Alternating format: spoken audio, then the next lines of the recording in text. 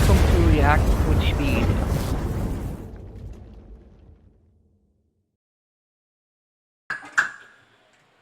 Yo, what's going on, guys? It's your boy.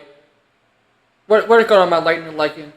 It's your boy, the fastest fat man alive, aka Hyper Speed. So we're gonna be doing a reaction to Superman trailer breakdown, easy, everything, Easter eggs, and I'm gonna be doing it with my boy Radio. You know who Radio is? He's basically what I do all my reactions and reviews with, and so we're gonna be doing it with him today, and we're gonna just say our thoughts and stuff like that, and shot the trailer and all that, and so let's go on ahead and get him in here. We're gonna watch the whole thing, and then at the end of the video, we're gonna discuss all the stuff.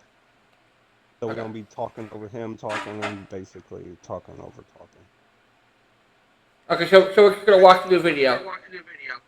Yeah. Okay. Are you ready to play? Yep, you can play. Rockstars, I'm Eric Voss, and this is a breakdown of the trailer for Superman, James Gunn's 2025 launch of his new DC Studios. I'm so excited for it. I am so excited. To unpack from this trailer, from blink and you'll miss it details and Easter eggs to its lofty promises to fix, well, everything. I'm going to break it down frame by frame for literally everything you missed. Like, I cannot believe some of the stuff that is hidden in between shots of this. Okay, yeah. Also, bit of an announcement here. New that's what I thought it was. Channel membership, where for a small amount every month, you can support our channel directly to get some fun perks with some even cooler benefits that we will be announcing in the coming weeks. Just hit that join button, please and thank you. All right, let's get started. Okay, here we go, we're starting. Woo! This opening scene is just so magnificent, bro. The trailer opens on a windswept, icy tundra. Superman, Kal-El, played in this film by David Cornsweet, crash lands in the ice, laying in what you might call a crater similar to the one his pod might have crash landed in the farmlands outside of Smallville, Kansas when he was a baby. But really here he's kind of making Yamcha's death pose meme from Dragon Ball Z. Superman has been roughed up in a fight. He's wheezing in a way that we are not accustomed to hearing Superman wheeze. He's bruised, he's coughing up blood. So who did this to him? Well, the trailer later suggests a possible answer. This film was written and directed by James Gunn, who directed the Guardians of the Galaxy films for Marvel Studios. I never seen Guardians of the Galaxy. I've really know this one. For DC, along with the spin-off series Peacemaker. Taking the job as head of DC Studios in October 2022, along with his producing partner Peter Safran. Superman, formerly titled Superman Legacy, is Gunn's first film in this phase that he's calling his Gods and Monsters phase. And this is a critical proof of concept for this franchise. And even this trailer needed to be perfect. And really, it's a collection of a series of amazing choices and attention to detail and just how this trailer was edited and what he put into it. And that's why it's such a feast to even break down. And various press events this week, James Gunn has explained what he hopes to do with this film includes A, evoking the spirit of the character captured by Christopher Reeve and Richard Donner in the 1978 film, which is the most important superhero film ever made. B, embracing all of the aspects of the Superman. I like how he gets thrown. I like how he gets hit by the air of being like not cool enough or to indulgently fit his spin on the character. And C, humanize the character as much as possible. Here, notice how the colors of Superman's suit pop. The red trunks are back after they were done away with for the 2011 New 52 redesign of the character, and of course not included in Zack Snyder's DC films design of the suit. On Superman's cape is the yellow emblem, which reminds us of the Christopher Reeve design and appeared on Superman's cape in the 2005 Superman run that James Gunn and David Cornsweet cited as a big comic inspiration for this story, not necessarily its plot, but rather its vibe and tone. That Superman storyline features Superman having to face dying after Lex Luthor had tricked him into being overexposed by the sun. That then led Superman to going on a kind of bucket list of heroic feats inspired by the 12 labors of Hercules to make peace with the world. Here, James Gunn just wants to show a Superman who looks mortal, a Superman who bleeds. The chest emblem has a yellow border, which evokes the amazing 1940 Max Fleischer Superman shorts, and we also saw a yellow yellow border Yes, around the Superman suit in sir. Earth 1. The S is formed by one thick diagonal line, a shape that comes from 1996's Kingdom Come art by Alex Ross. Come But the color Superman, grading yeah. of this footage isn't just to get ahead of the snarky film bros online. James Gunn said that when they were testing out the costume, Cornsweet insisted that Superman deliberately wear bright colors because he knows he's a goofy, powerful alien and he doesn't want kids to be afraid of him. That's The right. emblem covered in ice and snow was the very first image James Gunn shared of this version of Superman on February 29th of this past year. That is Superman's birthday. And since Gunn led with that image and opens this trailer this way, suggests to me that this might even be the opening shot of the movie. Like we might begin the movie in the action and then flash back to how Superman got to that point. Either way, it's going to be a moment that James Gunn considers to be like the most thematically resonant to what he's trying to do. That makes sense. All right, That makes let's move on. sense. No, it does. Oh snap! We got a clock. La la.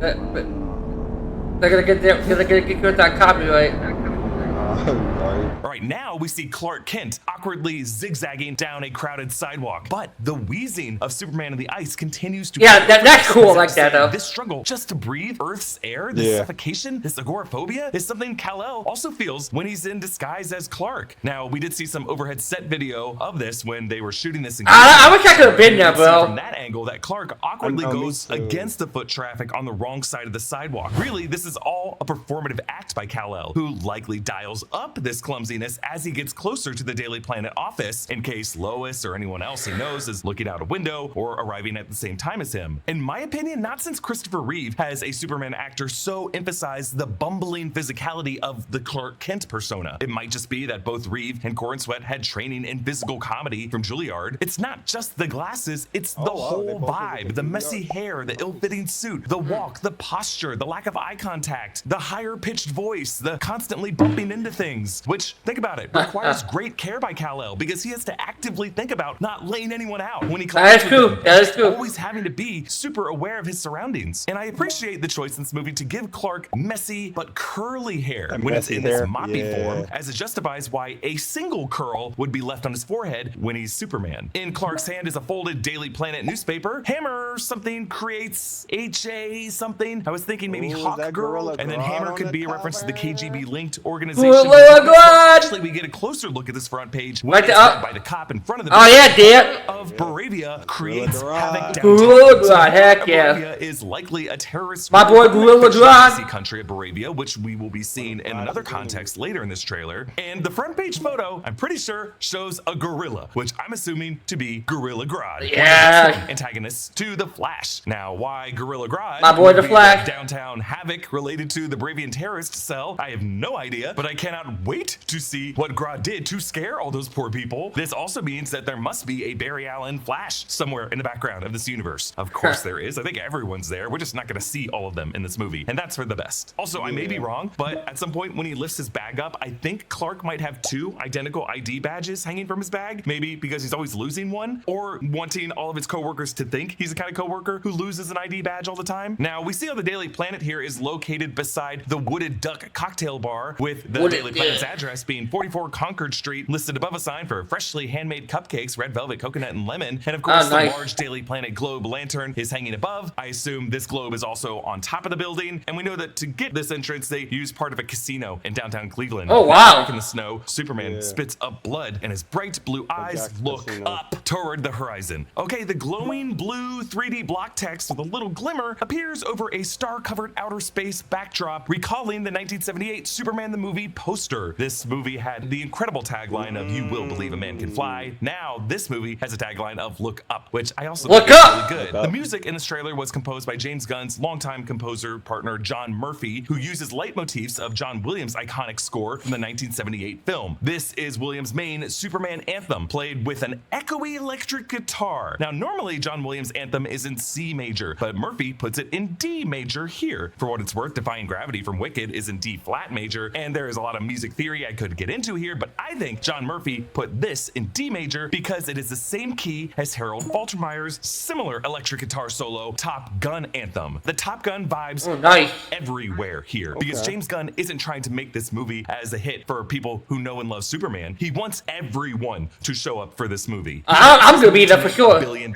And to be yeah, I'm the gonna be there for sure. pseudo-patriotic summer box office phenomenon that Top Gun Maverick was in 2022. That really is, I think, the Oh! secret agenda with this. Like that film, 2025 Superman is an attempt to reinvigorate a franchise that a lot of viewers might not realize we desperately need at this moment, just like we didn't know that we needed Tom Cruise pilot action that badly. And it's a story unflinchingly American at a time when America is so divided. I got you, Hopefully, Dad. a movie so good, it will make you forget that cynicism and just look up in awe. James Gunn even admitted that they shot the flying action in this movie with drones and aimed to make it look like the aerial cinematography of Top Gun Maverick. So there you go. In the Oh, Daily wow. Planet newsroom, Nice. we get a wide shot of how Clark is adjusting his walk to look sheepish and crouched over and unassuming as he's taking said, a "I'm gonna phone walk call and avoiding eye sluggish." contact. He's Cat Grant, the Daily Planet's gossip Oh, Cat reporter, Grant. played by Michaela Hoover. He passes Steve Cat Lombard, Grant. another Daily Planet columnist, Cat played by Grant. SNL's Beck Bennett in this movie. He raises his arms and Beck says, Bennett? "Hey, watch where you're going, Cat." Beck And the Bennett. character of Steve Lombard was based partly on Ted Baxter from Mary Tyler Moore Show, and his physical appearance based on Joe Namath, which Beck Bennett evokes here with that thick mustache. This newsroom has another Daily Planet globe in the background, and TV monitors show GBS streams, Galaxy Broadcasting System, the DC in-universe news service that we've been seeing in Creature Commandos. On one of these monitors, this blonde woman is Eve Teskmacher, see Lex what I was telling you Luthor's when I said assistant Eve and right-hand Teskmacher.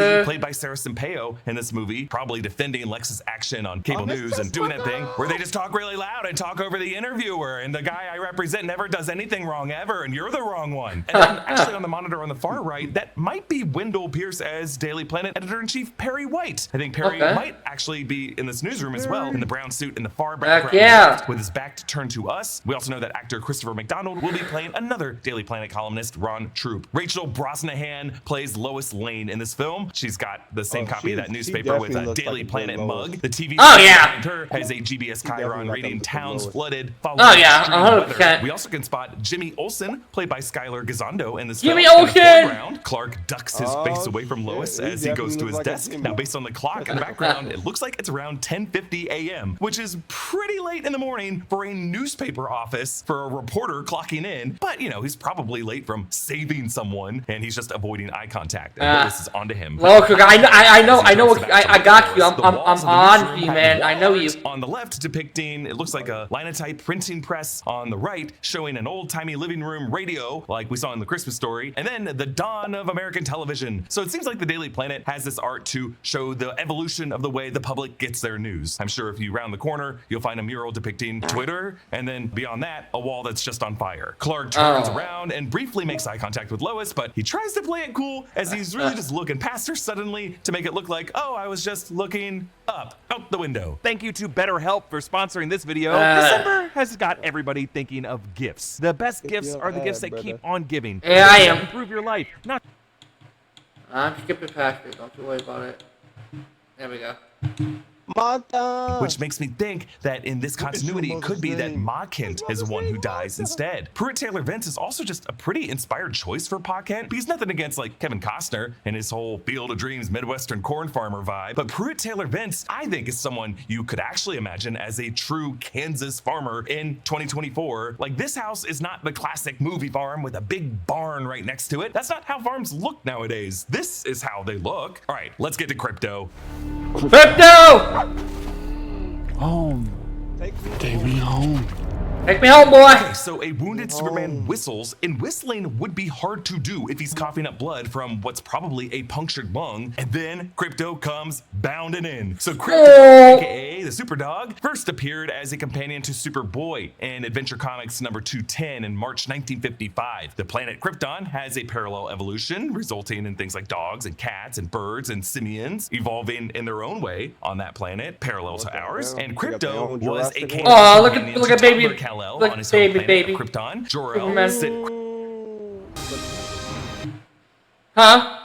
Crypto out as a You can test cut out the pilot in a ad and prototype clip rocket trimmings. before sending long out as you ain't Kal-El. say And you know nothing James Gunn must be very the interested ad in was this. playing. The whole idea of poor Laika, the space dog that the Soviets sent out to space. That's basically what inspired Cosmo, the space dog that James Gunn put in the Guardians of the Galaxy films. Now, in Crypto's case, his rocket was knocked off course for years until eventually landing on Earth to be reunited with a teenage Superboy. And Crypto was just considered part of the broader Superman family until the 80s when DC and John Byrne kind of erased Crypto out of the picture out of an effort to make Superman more grounded. But this dog was always a beloved figure, part of the mythology, and actually came back in recent comics, and thank goodness, he's wonderful. Crypto has advanced smell and hearing, so when Superman whistles, Crypto can hear him from any place on Earth. Crypto also has like human level intelligence with his thoughts, often represented via speech balloons. James Gunn said that he based Crypto on his love the rescue fur, dog the Ozu, details who on he the said destroyed his fur. home and his shoes, his furniture, and ate his laptop, but he still considers him a good boy. Over the years, Crypto has been drawn as a white dog of generic pedigree. For the dog we see in this film, it looks as though Gunn might have used a similar process as what I like it, and his though. team of artists used for Rocket Raccoon. Like, probably had a real animal reference, and they might have had on set for some takes, but really for these close-ups, they probably just had a stand-in of some kind, maybe mixed with James Gunn's brother, Sean Gunn, who will also appear in this movie as Maxwell Lord. And then on top of whatever that reference was, they have this impressive VFX render. And I think we gotta point this out, that Crypto's VFX here looks incredible. The Framestore team accomplished some incredible feats with the CGI fur and the way it interacted with their little cute noses and whiskers and Guardians of the Galaxy Volume 3, but they've gotten even better for it here. Crypto wears a yellow collar with a Superman shield emblem medallion. The yellow collar reflects Superman's yellow belt, and this collar holds up Crypto's red cape, which, yes, does somehow stay perfectly draped on Crypto's back, and more than any cape or any article of clothing would ever stay on a real dog. But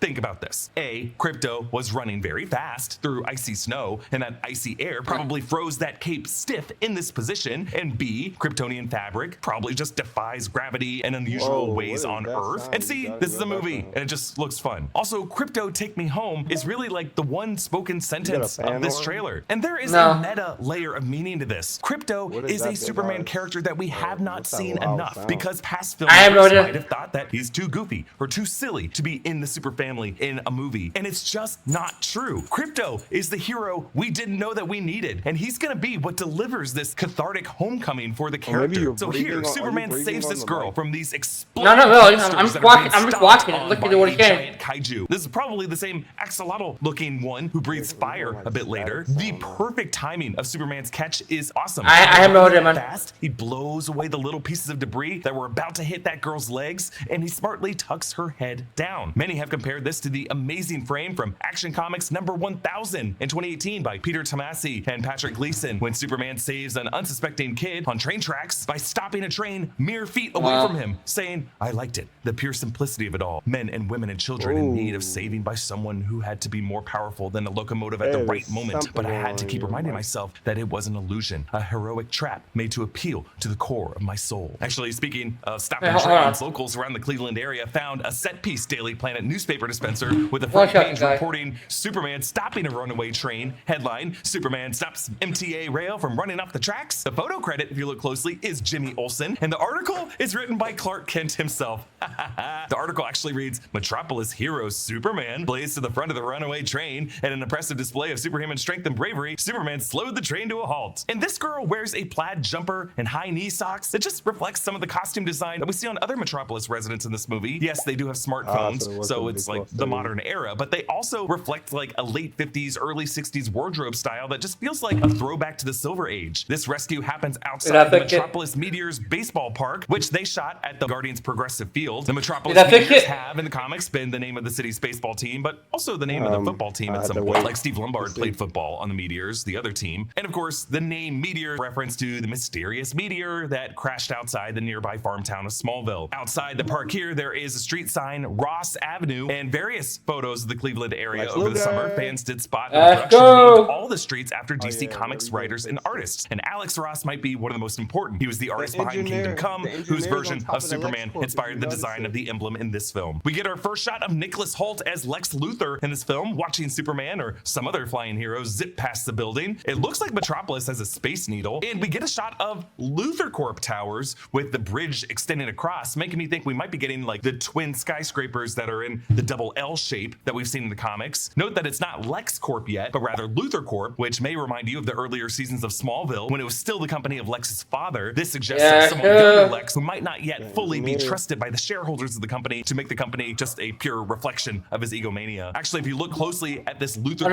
Corp bridge, the engineer moves across the roof. This is Maria Gabriela De Faria playing the engineer who's a member of the Authority. She has a nanotech suit built around her body, and I think she might be a metahuman who is working for Lex. We see this menacing shot of Lex with a revolver. I'm assuming it has a kryptonite bullet, but we'll see. He also has this pinky ring that might contain some traces of kryptonite because Lex Luthor is known for having a kryptonite ring. The wall behind him, though, is I think the important detail of the shot. It is a grid of these cubic containers, and it's just an interesting location. I think one of these is what Superman is punching his way out of in the next shot. In the cell to the right of Superman, that is Metamorpho. Rex Mason, Anthony Carrigan's character, one of the other lower tier superheroes who will appear in this movie. And you can see how one quadrant of his body is the purple glowing flesh, and he's wearing like gym shorts, which I love. Metamorpho appears later in the trailer. We'll talk more about him, but the fact that he is in the cell to the right of Superman tells us something. But not only that, he's emitting a kind of light that appears to be distressing a woman who's wearing high socks. And then actually, yeah, that is a duplicate Metamorpho in the cell to Superman's left, emitting some light on some other guy in that cell wearing some kind of baggy pants. I thought it might have been Guy Gardner, but I don't think Guy Gardner wears those kind of pants, and the hair looks different. So whoever imprisoned Superman and these other people in these cells seems to have used duplicates of Metamorpho to do it. In past videos, I've talked about how Brainiac is probably going to factor into this movie. How it might be the character Alan Tudyk is voicing, because James Gunn has said in the past that another comic storyline that inspired this movie was the 5-issue Brainiac storyline by Jeff Johns and Gary Frank, Action Comics 866 to 870. In this storyline, Superman and Supergirl realized that every version of Brainiac that Superman has fought in the past was one of his probes, and that the true Brainiac has actually been going planet by planet, bottling cities by shrinking them down and collecting them to learn as much as he can about the universe while firing solar aggressive missiles at their suns. That is kind of Brainiac's whole thing, but part of his collection in this series is the Kryptonian capital city of Kandor, and Brainiac successfully does this to Metropolis. That might be what Brainiac is trying to do in this movie. Superman could be in a similar kind of containment, shrunken down in Brainiac's cells, and maybe even Lex Luthor helped Brainiac do this to Metropolis. While Superman shouldn't have trouble punching out of normal glass, or even being contained in any glass to begin with, I just think this kind of odd barrier material from Brainiac's technology would make this make more sense. Now, some sources that I've seen online have said that these shots in particular seem to have been shot by this movie's director of photography, Harry Bram, with a Leica Tri-Elmar lens, which is a wide-angle photographic lens that uses 3 switchable focal lengths of 16mm, 18mm, and 21mm, all in one, which in this case allows Superman's boot, his knee, and his fist, and his face, and the glass as it breaks, and just the container all around him to all be in focus together. And in Lex's shot, his face and his revolver chamber and his pinky ring to all kind of be in focus. And it looks really good. And maybe it's just the way the Brainiac sequences would be shot in this film, since we might be within some kind of micro pocket energy field, but it's kind of like an experimental way to shoot a shot. And this is like the first time we've seen it this way in like a major budget film. And I'm excited to see more of these types of shots. Okay, this section shows us this sweet boy raising a flag with Superman's emblem on yellow with the opposite direction of the fleeing people. It kind of looks like the Marines raising a flag over Iwo Jima, but in this case, he's praying for Superman to help him. And we hear him and everyone chanting Superman throughout the rest of this trailer if you listen closely, either in praise or in hope, or in some cases in anger. Bam! I like how you get hit by the thing.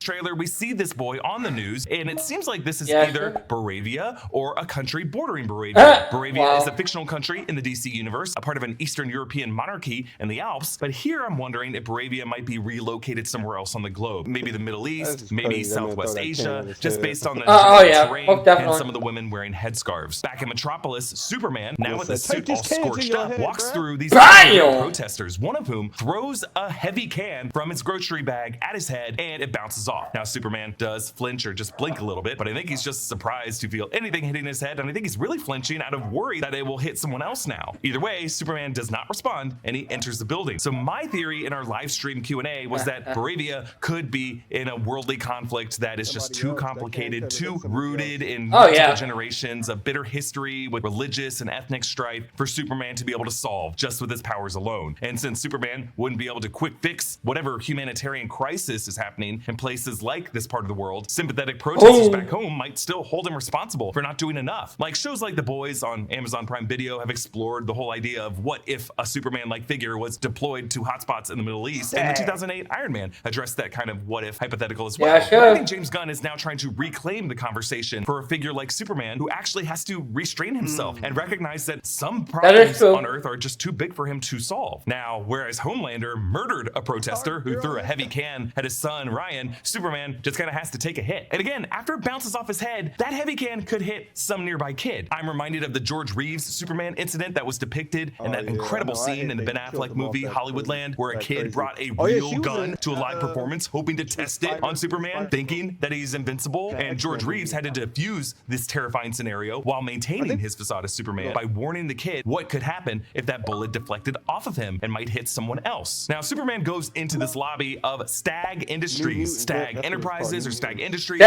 a multi-billion-dollar scientific research company, actually kind of a rival to Wayne Enterprises in the DC universe, headed by Simon Stagg. Now, Simon Stagg is the one who created Metamorpho, who we will see a little bit later. Following Superman into this lobby are three other metamorphs in this movie. Guy Gardner, Green Lantern, played by Nathan Fillion, with Guy's iconic comic blonde bowl cut. Michael Holt, Mr. Terrific, played by Eddie Gathegi, who played the cruelly short-lived mutant Darwin in X-Men First Class, and Hawk Girl, played by Isabella Merced, who earlier this year played Anya Corazon in Madam Web. Now, Guy Gardner's jacket has the Green Lantern symbol on a patch, and he uses his ring to project a mask on the windows to block the protesters from seeing, which just kind of makes them look real douchey. James Gunn wanted to include all these other metamorph characters in Superman's world, not to prematurely set up the DC Studios universe with spin-off characters. I really don't think he plans to follow any of these lower level characters with their own films, although Guy Gardner Green Lantern might show up in the Lantern series as just part of the Green Lantern Corps. Really, I think he brought in these characters to serve as foils to what Superman is in this movie, to show how Superman is not unique in Metropolis as a superpowered extraterrestrial figure, but really what makes him unique is why he puts on the suit, how he restrains his powers. In a world of superheroes, what makes Superman super? Hawk Girl soars in with her mace, then Superman faces the fiery breath of a kaiju form of that axolotl, whose eyes are longer than its nostrils. Now, some of the high evolutionist genetic experiments in Guardians of the Galaxy Volume 3 seem to have apparently abilities, and I think James Gunn just likes telling his VFX artists, oh, looks good, but can we like lower its IQ by 50 points? Now, another Superman comic that James Gunn is pulling from is Superman Birthright from 2003, written by Mark Waid, which retells Superman's origin story and features Lex Luthor learning bits and pieces of Kryptonian history, and then distributes this information out of context to the news media to try to turn the public against Superman, accusing Superman of being like the first step of a Kryptonian takeover of Earth. And then Lex goes as far as staging attacks with giant alien kaiju on Metropolis to blame that on this Kryptonian threat. I actually wonder if that could be what Lex is doing in this movie with this kaiju. So here, Superman sits with Lois Lane as a battle rages outside. This is actually the same apartment where the first look photo of Superman putting on his boots was set, and now I'm wondering, why are you putting your boots back on in that image, Kal-El? What were you and Lois doing? Also, is Lois okay? Behind Superman, you can see the twin skyscrapers that would be Luthor Corp towers. And we only have guesses as to what this whole green and pink battle is. Right now, we are leaning toward a battle between Brainiac and maybe Cersei, the Themysciran sorceress whom we've been seeing in Creature Commandos, whose magic often has a fuchsia color to it. Maybe she's trying to create a sphere around Brainiac. And yes, even though Creature Commandos is animated, it's just an animated depiction of the same interconnected DC universe as the Superman film. So Frank Grillo voices Rick Flag Sr. in that show, and Grillo will be playing a live-action Rick Flag Sr. in this Superman movie. Lois kisses Kal-El when he's in his Clark form, but he's not wearing glasses, making me wonder, does Lois know that Clark is Superman in this movie? Will she learn at some point in this movie? Or is she just getting romantic with Clark, not knowing about his Superman identity, and the lack of glasses isn't yet tipping her off? Or is this shot like a fantasy dream sequence for Kal-El? Notice that Lois's clothes in this kissing shot are what she was wearing in the Daily Planet newsroom earlier. So I think this might just be a fantasy that Clark is envisioning, what he wishes he could have with Lois, but in his Clark form. Next, a shot in the Fortress of Solitude. This broken robot that Superman holds is Kelex, who is a servant robot to Jor-El back on Krypton and resides in the Fortress of Solitude as one physical memory link Kal-El has to his family and his original home. So Superman losing Kelex here is particularly heartbreaking. Who did this to Kelex? Are they still in the house? Actually, is that home invasion that hurts Kelex part of what connected to Superman getting punched out into the nearby snow? Actually, there is a theatrical version of this trailer that's playing in cinemas right now, showing some additional shots, including this one of Lex entering what I think is the Fortress of Solitude, and that is Ultraman to to his right. We'll talk about Ultraman in a second. And that's also the engineer to the left of Lex. But I think Lex might have found the Fortress of Solitude, and it was Ultraman who wrecked this place. We see the crystal spires of the Fortress of Solitude rising out of the ice in this trailer, and that might be part of Lex Luthor finding this location. Then we get this quick close-up of Anthony Carrigan as Rex Mason, aka Metamorpho. You might know Carrigan as NoHo Hank from HBO's Barry. Metamorpho is made of a shifting mass of chemicals divided into quadrants on his body that can shift into different compounds. And as I said before, he is connected to Stag Industries. His left shoulder looks gray and rocky here. His right shoulder looks purple and floral, or maybe fungal. Another shot of the downtown Cleveland area that was used for this part of Metropolis as three buildings domino into each other. And then there's this close-up of Lex with his head, his cheek, his chin, all bloody and scarred, his eyes filled with tears. And I think this shot is important to James Gunn because early in the development process, he posted the storyboard version of this shot exactly that he could demonstrate to his department heads exactly how tight he wanted the angle to be on Lex for some key moment in the movie. Next, we see the aforementioned GBS news broadcast of the kid with the flag and the Chiron, Baravian troops amassing at border. So we don't know if this kid came from Baravia or if he's in a nearby country that Baravia is invading. And you'll notice that this TV is a Luthor Corp brand TV, showing how Lex's company is involved in consumer products in addition to having their fingers in every pie. We see Superman pushing the kaiju off away from a building, another part of this fight with this thing, and a demonstration of how strong he is. And then this adorable shot of Krypto pulling Superman through the snow by his cape as Superman's face is just plowing through the snow. And if you look closely, you can see Krypto's tail wagging in the shot. Oh my God.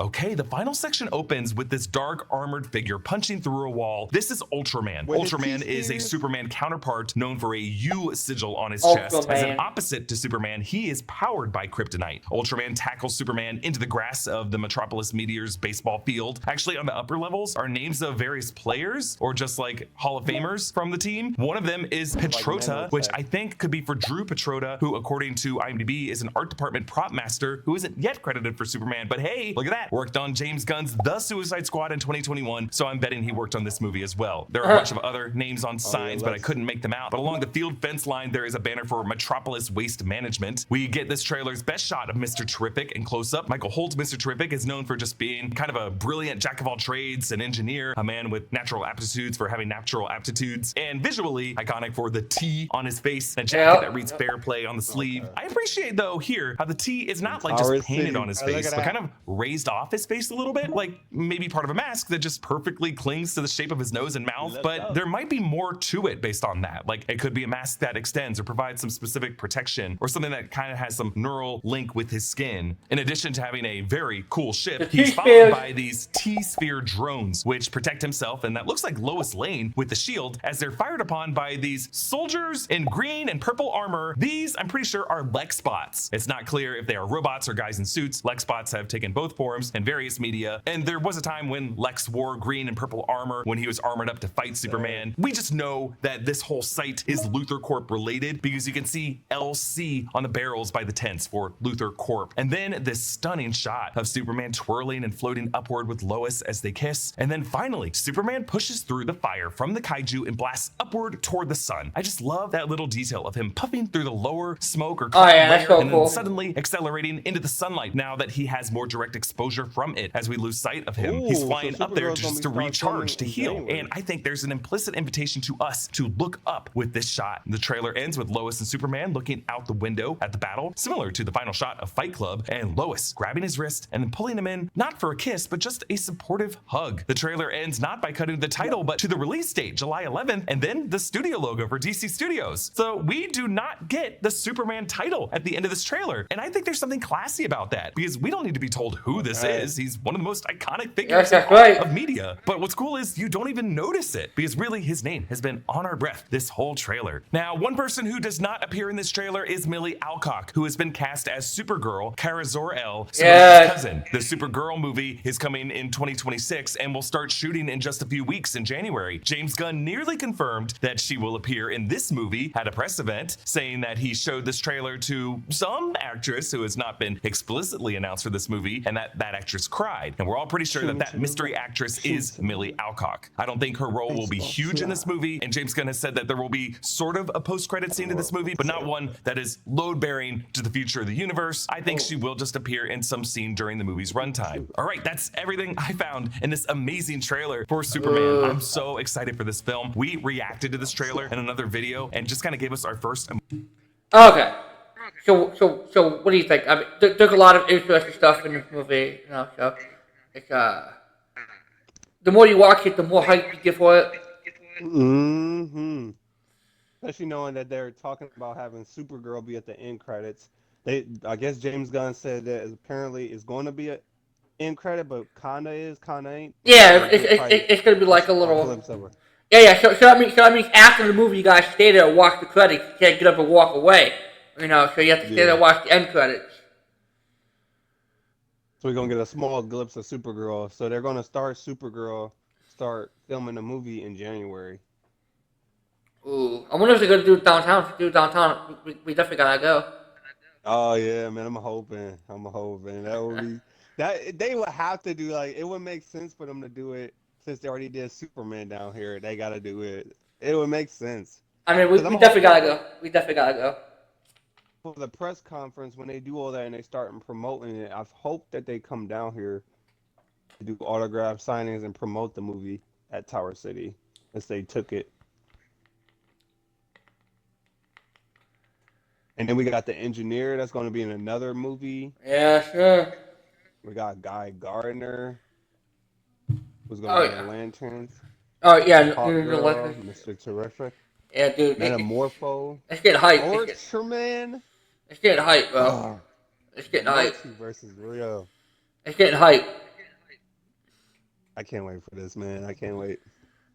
Me neither, man. It's gonna. I'm pointing it out. This is gonna be a movie for the next couple years. Like, this is gonna be a movie that everybody's gonna talk about. Everybody's gonna keep talking about for centuries to come. Oh yeah, most definitely, especially Cleveland. Oh yeah, down here. And I feel like it's gonna break the internet, like after the movie comes out in theaters stuff, because, you know, there could be like a lot of people doing reactions on it or their reviews on the movie. Most definitely. And I think it's gonna be movie of the year for 2025. I'll be surprised if it's not. You know, like, yeah. I would honestly be surprised if it doesn't become movie of the year for 2026. No, 2025. Sorry. What was it? 2025. My bad. 2025. So I'm very excited. I'm very excited about this movie. I can't wait for it to come. Dang. And it's gonna be hype when it comes out. Make sure you guys do stay tuned, because we will be doing our reviews on it and letting you guys know what we think after we watch the movie. Yeah, we're gonna do it right after we watch the movie. Right after, that's right. Right after. And give y'all a review.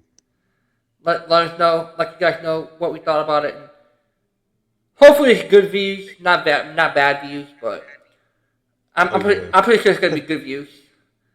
Oh yeah, we're gonna talk about the goods and the bads. Like, I mean, not bads, but like if we see something and we thought about it, we'll talk about it. Like if it's something we didn't like, and then we'll talk about it and let y'all know. Exactly. Make sure y'all follow our social media so y'all know when we posting it on our social media. That'll be all in the description down below. So it's all linked in the description down below. So you guys can just click on the description and it'll all be there down below. It's got the description, all that good stuff. That's right. So, you want to say anything else? That's it. It's time to send them on out. All right.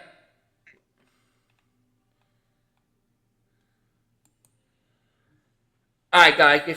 If you guys have enjoyed this video,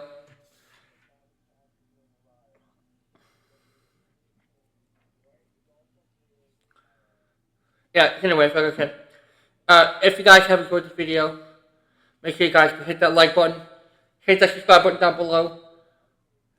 Hit that like, hit the like down below. Hit that subscribe button, and if you guys have enjoyed this like I said, if you guys have a make sure you hit the like button, hit the subscribe button down below, and make sure you guys do join the Lightning Likings. Me and my buddy also did a video. We're gonna be uploading the video tomorrow. But I did a video on Flash versus Quicksilver, and I believe one on Sonic, 2 on Quicksilver, 2 on Sonic. Because there's one, so a couple videos could be uploaded here in the next couple of days. So I'll be uploading those as well. And I'm gonna try to leave his description down in the video of this video. And if you guys have a good, like I said, make sure you guys hit that like button, hit that subscribe button, join the Lightning Legends. It's been your host, the fastest fat man alive, aka Hyperspeed, and I really enjoy doing the review on this, the breakdown of the trailer, and I hope it's good, been good more. I mean, they're probably going to release like a second day trailer here soon, so we're going to be doing that.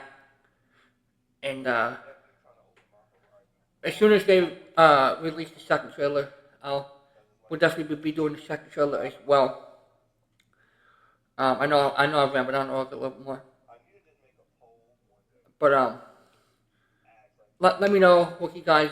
Let me know if you guys want to see like more second Superman movies coming out. Let me know if you want to see like more DC, like more Superman content, like comic books, stuff like that. And whatever you guys want to see, let me know down in the comments down below. And I've been rambling on here, so like I said, it's been your host, the fastest fat man alive, aka Hyperspeed. And with that all being said, your boy Hyperspeed is being out here. Peace. And with that being said, your boy Hyperspeed is being out here. Peace.